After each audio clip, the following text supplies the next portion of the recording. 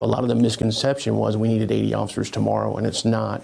Nixa city leaders are looking back to relay to voters who weren't convinced in November that additional police funding is still crucial ahead of the next election in April. It went to the people.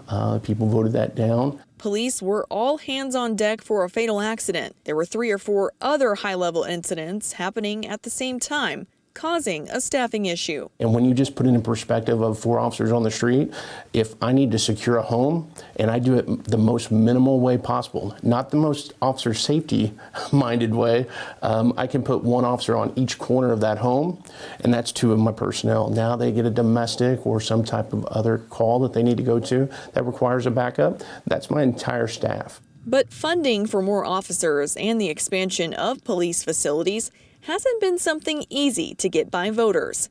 Major Chad Tennis says it's all about focusing on the future. This is a strategic planning that we have done that shows the need out to the year 2040 for the number of officers. We anticipate if our growth in the area continues at the rate that it has for the last 20 years. I spoke to some Nixa voters who didn't wish to speak about their opinions on camera. Some say they're glad to see the question solely addressing police needs. November was a 1 cent general sales tax that was going to be dedicated to the parks and the police.